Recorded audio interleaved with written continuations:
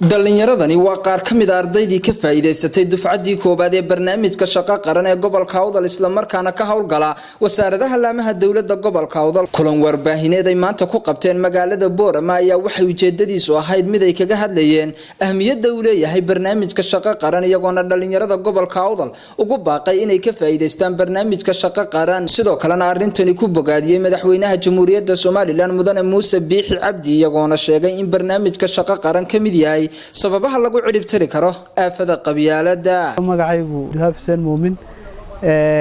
waxaan joogaa wasaaradda barnaamijka shaqo qaran ardaydii horaan kamid ahaa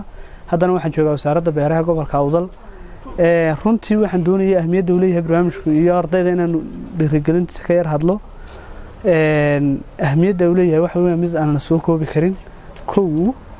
waxyaabaha uu hoos u dhigay uu reduction ka ama ugu sameeyay ama hoos u dhigay uu ku sameeyay waxa kamid ah qabyaaladii lagu xulanayay shaqaalaha qaranka Jamhuuriyadda Soomaaliland lama ogeyn inta shaqaale soo galaysa sanadka albaabada ka soo galaysa tooska lama ogeyn tayada waxbarashada hoos u dhacday waxa dhacday in imika qof walba qalinkiisa uu ku soo baxayo maadaama qof walba qalinkiisa ku soo baxayo iyo qadarka Ilaahay waxa kor u kacaya tayadii waxbarashada marka waxaan rajaynaynaa insha Allah ardayda maanta galaysa ee kunka ah guud ahaan 6 goboleed waaweyn khaasatan gobolka Awdal iyo gobolada kale waxaan oran lahaa barnaamijka ka qayb qaata waxaan leeyahay barnaamijkaas barnaamij aad iyo aad midho dhalo ah kalsoonidii dhalinyarada kor u qaaday waxbarashadii kor u qaaday qaranka ahmiyadda iyo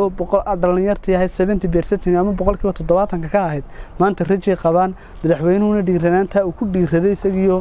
hirgeliyaha barnaamijka oo hogaaminayo Maxamed Cismaan Maadinka waxaan leeyahay waa mahadsantahay madaxweyne barnaamijka halka ka sii wad magacaygu Aftaax Cilmi Cumar anigoo kamid ah dhalinyarta dhameystay barnaamijka shaqo qaran waxaan doonayaa marka hore inaan u mahad celiyo xukuumadda Jamhuuriyadda Soomaaliland oo kalsooni ka yahay madaxweyne Muuse Biixi Cabdi iyo barnaamijkan horumarkiisa waxaan doonayaa si kooban inaan uga hadlo mar labaad dhalinyarta barnaamijka xukuumaddu soo cilaameysay mar labaad in maartay barnaamijka shaqo qaran dhalinyartu ay ka faa'iideystaan sanadkii hore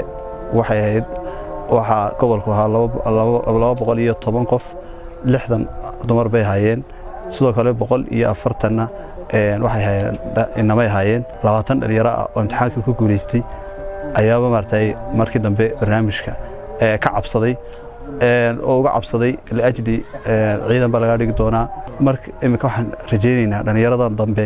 in had iyo jeer ay ka faa'iideystaan barnaamijkan oo fursadaasi marnaba ayna dayicin dhalinyaradii hore dhameysatay barnaamijkaasi runtii waxyaabaha heleen waxa kamid ah in wasaaradaha ay kala hawl galeen sidoo kale maartay heleen deeq waxbarasho oo maartay dalka China marka waxaan doonayaa si kooban inaan gobolka aan ku dhiirigeliyo dhalinyaradu inay barnaamijkaasi